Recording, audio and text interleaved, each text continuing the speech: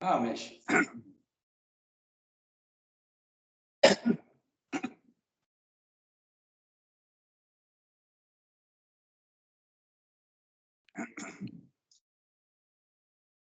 हां, नमस्कार मनीष. नमस्कार सर. खरं तर स्नेहग्राममध्ये या अनाथ, वंचित मुलांसोबत काम करताना तुझं वेगळं वैशिष्ट्य हे की प्रत्यक्ष पारधी समूहाच्या ज्या वस्त्या आहेत, त्या वस्त्यांसोबत सुद्धा तू काम केलेलं आहे, ज्याला आपण वेडा म्हणू किंवा या प्रकारच्या वस्त्यांसोबत.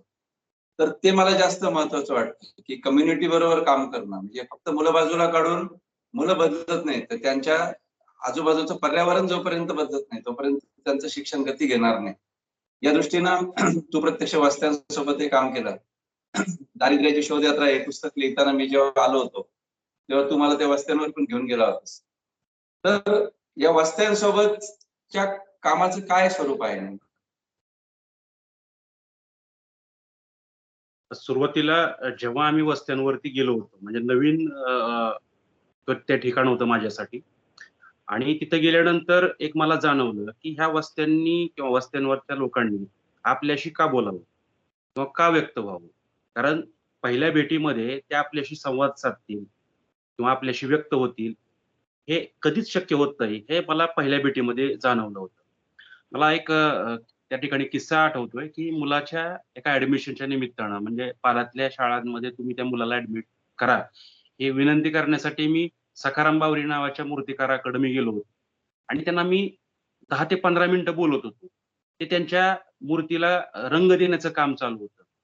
मी त्यांच्याशी बोलत होतो, परंतु एक माझ्याकडे डुंकूनही पाहिलं नाही. एक चकार शब्दही ते बोलले नाहीत. तेव्हा तेव्हा मला जाणवलं, की ह्या व्यक्तींनी किंवा ह्या समूहाने आपल्याशी का बोललं पाहिजे.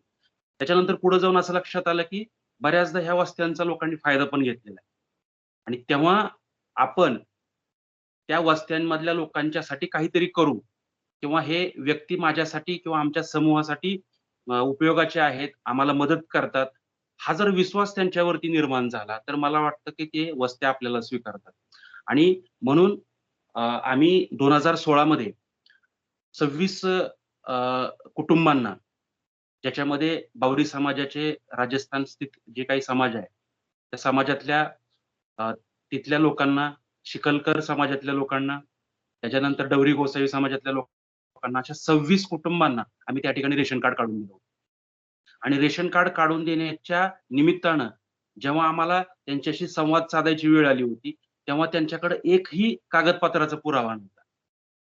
आणि एक रेशन कार्ड काढल्यानंतरची एक सक्सेस स्टोरी मला वाटतं मी समाज माध्यमांवर सुद्धा मांडली होती, की राजू वाघमारे नावाच्या व्यक्तीला त्या ठिकाणी त्याच्या बैठक करत असताना त्याच्या पायाचं हाड त्या ठिकाणी मोडलं.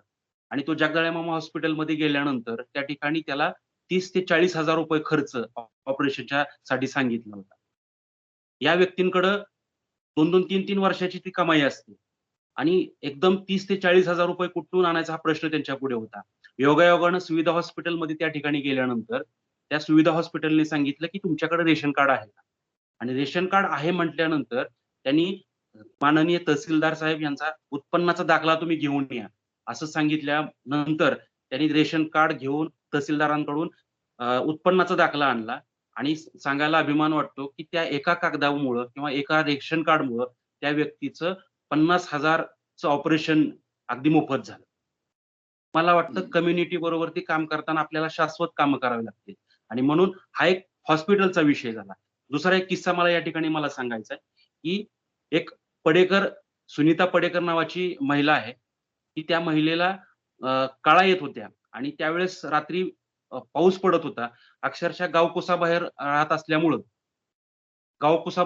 असल्यामुळं त्या महिलेला हॉस्पिटलपर्यंत जाण्यासाठी वाहन मिळत नव्हतं. दुसऱ्या दिवशी ती सकाळी महिला ग्रामीण रुग्णालयात पोहोचली. ग्रामीण रुग्णालयामध्ये पोहोचली आणि पोहोचल्यानंतर त्या ठिकाणी आम्ही त्या महिलेचं सीझर करण्याच्या निमित्तानं जे काही आम्ही म्हणजे त्या महिलेला आम्ही सहकार्य केलं. मला वाटतं ती अटॅचमेंट आमची झाली आणि तेव्हा आमच्या लक्षात आलं, की आपण त्या वस्त्यांवरती प्रश्नांच्या अनुषंगानं शाश्वत उत्तरं कशी देता येईल, अशी आपण कामं केली पाहिजे. अच्छा. थोडं मागे सर का महेश, थोडं. हा. पारधी वस्तीवर साधारणपणे काय स्वरूपाचे प्रश्न सध्या जाणवतात? मी अगदी सुरुवातीला बार्शीच्या पारधी कॅम्पमध्ये गेलो आणि माझ्या आयुष्यामध्ये त्या वस्त्यांमध्ये जाण्याचा ती पहिलीच वेळ होती आणि त्या ठिकाणी गेल्यानंतर जे मला भीषण वास्तव त्या ठिकाणी दिसलं, की तो जो सीझन होता, तो सीझन त्यांचा देवकार्याचा सीझन होता आणि त्यामुळे तिथं त्यांनी जे रेडे वगैरे कापलेले जे असतात, त्याचं ते मांस त्यांनी त्या ठिकाणी वाळू घातलेलं होतं आणि काही ठिकाणी रक्ताचा सडा दिसलेला होता, काही ठिकाणी मांस वाळू घातलेलं होतं आणि ते बघितल्यानंतर असं वाटलं, की आपण वेगळ्या विश्वामध्ये त्या ठिकाणी आहोत. मग खूप सारी चौकशी केल्यानंतर असं लक्षात आलं, की 3-4 कुटुंब एकत्र येऊन त्या ठिकाणी ते देवकार्य करतात आणि त्याचा जो खर्च आहे, ते 1.5 लाख, 2 लाख असा खर्च असतो. एकीकडे मुलं शिकण्यासाठी यांच्याकडे पैसे नाही. देवकार्य करायला 1.5 ते 2 लाख रुपये आहेत. हे कुठेतरी विरोधाभासी चित्र मला त्या ठिकाणी दिसतं. आणि मी त्यांना म्हणालो, की तुम्ही एवढा खर्च देवकार्यावरती करताय. त्याच्याऐवजी तुम्ही जर तो खर्च मुलांच्या शिक्षणावरती केला तर? त्यांनी अक्षरशः मला त्या ठिकाणी धुडकावून लावलं, की आमच्यासाठी देव महत्वाचा आहे आणि त्याच्यामुळं तुम्ही बाकीचं या ठिकाणी आम्हाला सांगू नका. आणि तेव्हा मला लक्षात आलं, की एकदम आपण त्यांच्यावरती प्रबोधन करण्यापेक्षा त्यांच्या इलाजानं आपल्याला कसं काम करता येईल, याच्या संदर्भामध्ये आपल्याला थोडंसं काम करावं लागेल. आणि मग आम्ही असं ठरवलं, की आपण काही मुलांना त्या ठिकाणी निवासी शाळेमध्ये आणता येईल का? त्याच्यानंतर मग पुढं जाऊन असा प्रश्न निर्माण झाला, की बहुतांशी पालकांच्या घरामध्ये देशी दारू विकण्याचा प्रकार जास्त घडतो. त्याच्यामुळे स्वाभाविकपणानं तिथला पुरुष व्यसन करतोय, तिथली महिला व्यसन करते आणि एवढंच नाही, तर जेव्हा त्यांचे देवकार्य असतात त्यावेळेस लहान मुलांपासून ते मोठ्या वयाच्या माणसांना सुद्धा त्या ठिकाणी ते दारू पाजतात. आणि मला वाटतं, की व्यसनाचं प्रमाण हे अक्षरशः लहानपणापासून त्यांच्यामध्ये आपल्या रक्तामध्ये भिनलंय असं म्हणतो ना, तशा पद्धतीची अवस्था आहे. आणि म्हणून आपल्याला याच्यावरती काम करत असताना प्रचंड शिक्षणाच्या बरोबरती व्यसनाधीन होण्यापासून रोखलं पाहिजे. त्याचबरोबर मला एक जाणवलेला मुद्दा या ठिकाणी सांगतो, की खूप कमी वयामध्ये त्या मुलींचे त्या ठिकाणी लग्न होतात. अक्षरशः मुलींच्या लग्नांबरोबर आपण म्हणतो, की त्यांना अपत्य होण्याचं प्रमाण सुद्धा प्रचंड आहे. एका महिलेला त्या ठिकाणी 7-8 लेकरं आपण त्या ठिकाणी बघतोय. आणि मला वाटतं, की फॅमिली प्लॅनिंग जर आपण त्यांना सांगायला गेलो, तरी ते ऐकत नाहीत. ते असं म्हणतात, की आमच्याकडे कात्री लावायचा प्रकार मान्य नाही. म्हणजे ज्या फॅमिली प्लॅनिंग आम्ही करणार नाही. अशा पद्धतीचंही आम्हाला त्या ठिकाणी लक्षात आलं. मला वाटतं, की ह्या समूहाबरोबरती काम करताना हजारो प्रश्न त्या ठिकाणी निर्माण झालेले आहेत. परंतु हे सगळे प्रश्न सोडवत असताना त्याला एक शाश्वत उत्तर आपण शिक्षणाच्या माध्यमातून देऊ शकतो. एवढी मला या ठिकाणी खात्री आहे. त्यांच्या रोजगारासाठी सुद्धा बरंच काही काम केलेलं आहे. तर त्याच्याबद्दल सांग. म्हणजे काही बीज भांडवल पण त्यांना दिलेलं असेल. हो, हो, हो. मागाशी विनयानं बोलत असताना सांगितलं, की आपण कम्युनिटी बरोबरती काम करत असताना आम्ही हा एक प्रयोग केला होता, की आपण मुलांना शिकवतो. परंतु पालकांना आपल्याला त्या ठिकाणी रोजगारच काय देता येईल का? आम्ही सुरुवातीला प्रयोग केला, की बार्शीमधील अजित कांकरिया म्हणून त्या ठिकाणी त्यांचा एक प्लास्टिकचा व्यवसाय आहे, इंडस्ट्रीज आहे. त्या ठिकाणी त्यांचा तो व्यवसाय. त्यांना मी विनंती केली, की काही कुटुंबांना त्या ठिकाणी तुम्ही नोकरीला त्या ठिकाणी ठेवा. मग त्यांनी असं मान्य केलं, की दररोज त्या कुटुंबांना आम्ही काम देऊ आणि सकाळी आल्यानंतर संध्याकाळी काम पूर्ण झाल्यानंतर आम्ही त्यांना ₹400 हजेरी देऊ. मग ₹400 हजेरी द्यायचं त्यांनी मान्य केल्यानंतर मला खूप छान वाटलं, की चला त्या कुटुंबाला कुठेतरी दररोज नियमित पैसा मिळेल. परंतु त्या कुटुंबाने ते मान्य केलं नाही. ते आम्हाला नाही, आम्हाला ते शक्य होणार नाही.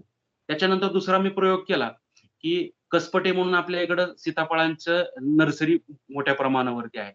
त्यांचा जो मुलगा आहे प्रवीण कसपटे यांना मी अशी विनंती केली, की त्या सीताफळांच्या बागेमध्ये या महिलांना किंवा ह्या कुटुंबांना काही कामं देता येतील का? तर त्यांनी इतकं पॉझिटिव्हली घेतलं, की ते तयार झाले आणि तयार झाल्यानंतर अक्षरशः त्यांना राहण्याच्या ठिकाणापासून ते दररोज हजेरी देण्यापर्यंत त्यांनी मान्य केलं. परंतु त्या कुटुंबांनी सांगितलं, की आमच्याच्यानं शक्य होणार नाही. त्याच्यानंतर मी तिसरा प्रयोग केला, की आपल्या बोराचा सीझन असतो आणि त्या बोराच्या सीझनमध्ये या कुटुंबांना गाडीमध्ये घेऊन जाऊन बोरं त्यांनी कलेक्ट करायची आणि पुन्हा संध्याकाळी आणून सोडायचं. आणण्या नेण्यापासून दररोज नियमित हजेरी देण्यापर्यंत एका शेतकऱ्याला मी बोललो होतो. ते मान्य झाले होते, की आम्ही ह्या कुटुंबांना आम्ही सेवेमध्ये ठेवू. परंतु त्यांनी सांगितलं, की आमच्याच्याने शक्य होणार नाही. म्हणजे पहिला प्रयोग मान्य केला नाही, दुसरा प्रयोग मान्य केला नाही, तिसरा प्रयोग मान्य केला नाही. मग मला असं वाटलं, की ह्या कुटुंबांसाठी ते जे स्वतः व्यवसाय करतायत, याच्यासाठी आपल्याला काय करता येण्यासारखं आहे का? आणि मग माझ्या असं एक लक्षात आलं, की बार्शीतल्या बाजारपेठेमधून ते टिकल्या पिण्या विकत घेतात आणि बार्शीच्या परिसरांमधल्या तालुक्यांमध्ये ते विकतात. मग मला असं वाटलं, की तुम्ही बार्शीमधून खरेदी करण्यापेक्षा तुम्ही जर मुंबईतून आणलं आणि ते मोठ्या क्वांटिटीमध्ये आणलं, तर मला वाटतं, की तुम्हाला त्याच्यामध्ये मार्जिन जास्त राहील. आणि म्हणून मी प्रत्येक कुटुंबाला ₹5,000 ₹5,000 त्या ठिकाणी बीज भांडवल दिलं. आमची अट अशी होती, की तुम्ही ते पैसे मला परत करायचे. तुमचं उत्पन्न झालं, की तुम्ही ते पैसे मला परत करायचे. जेणेकरून मला दुसऱ्या कुटुंबाला त्या ठिकाणी देता येईल. आणि नंतर मग तो त्यांच्या संबंधातला तो व्यवसाय असल्यानं त्यांनी ते मान्य केलं. मला वाटतं, की आपल्याला एकदम त्यांच्या हातातलं काम सोडून नवीन काम हातात देणं, हे त्यांना रुचणारं नाही. आणि म्हणून हळू आपल्याला कसं करता येईल, हे माझ्या म्हणजे प्रयोगांती किंवा त्यांच्याशी केलेल्या वेगळ्या-वेगळ्या कामाच्या माध्यमातून माझ्या लक्षात आलं. सोशल मीडियाचाही प्रभावी वापर करून तू काही कुटुंबांना मदत मिळवून दिली, तर ते काय केलं नेमकं? तसं सोशल मीडिया आपण एकीकडे बघतो, की वेगळे-वेगळे मतांतर मांडण्यासाठी काही मंडळी सक्रिय असतात. काही मंडळी जसं आपण तुमचा आम्ही आदर्श घेतो, की आज महिलांसाठी प्रचंड मोठ्या प्रमाणावरती तुम्ही कामं करतात आणि सोशल मीडियाच्या माध्यमातून अगदी तळागाळातल्या महिलांपर्यंत दादा तुम्ही पोहोचताय. मला वाटतं, की सोशल मीडिया हा इतका चांगला प्लॅटफॉर्म आहे. त्याचा आपण चांगल्या पद्धतीने वापर कसा करता येईल? आणि म्हणून आम्ही एक समूह तयार केला होता. सृजन विलेज या नावाने आणि त्याच्यामध्ये आम्ही डोनर असतील, काही प्रशासनातले अधिकारी असतील, काही सामाजिक संस्था असतील, त्यांचा एक समूह तयार केला आणि त्या समूह तयार केल्यानंतर आम्ही समजा एखाद्या मुलीचं शिक्षण आहे आणि त्या शिक्षणाची तिला फीस भरायची आहे, पण ते शक्य नाही. तर आम्ही त्या मुलीची प्रत्यक्षात भेट घेऊन, त्या पालकाशी संवाद साधून, ह्या मुलीचं शिक्षण थांबलं नाही पाहिजे आणि शिक्षणासाठी आम्हाला सर्वतोपरी जेवढी मदत करता येईल, आम्ही ते समूहातून उभा करू. मग आम्ही ते सोशल मीडियावरती मांडायचो, पर्सनल मेसेजेस करायचो आणि सांगायला या ठिकाणी अभिमान वाटतो, की मुलींचं शिक्षण असेल, काही शाळांना आम्ही त्या ठिकाणी हातपंप, बोर मारून दिले. त्याचबरोबर काही ठिकाणी आम्ही चप्पलदानचा कार्यक्रम केला. त्याचबरोबर आम्ही सामाजिक संस्थांना किराणा धान्यापासून मदत केली. अशी मदत आमची जवळ-जवळ 25 लाखाच्या घरात गेली. बापरे! सोशल मीडियाच्या माध्यमातून. तर हे आहेत महेश आणि विनया निंबाळकर. बार्शी तालुक्यातील पारधी समूह आणि इतर वंचित घटकांसाठी काम करतायत.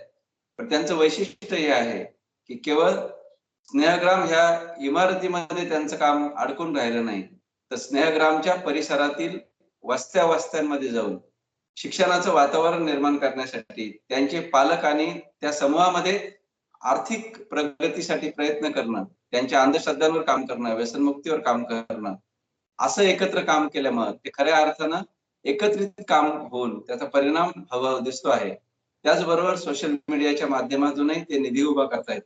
तर संपूर्ण पारधी समूहासाठी हे काम फार महत्वाचं आहे आणि त्यातूनच त्यांचं शिक्षण आणि उद्याच्या पिढ्या घडणार आहेत. आणि म्हणून विनया आणि महेश यांचं काम हे मला नक्कीच पथदर्शक वाटतं. आपणही सोलापूर जिल्ह्यामध्ये गेल्यानंतर किंवा स्वतंत्रपणे जाऊन या कामाला भेट द्यावी आणि या कामाच्या पाठीमागे उभं राहावं. आपल्याला जे शक्य असेल ती आर्थिक मदत किंवा इतर मदत करावी, जेणेकरून हे प्रश्न सुटण्याची उत्तरं अधिक जवळ येतील. धन्यवाद.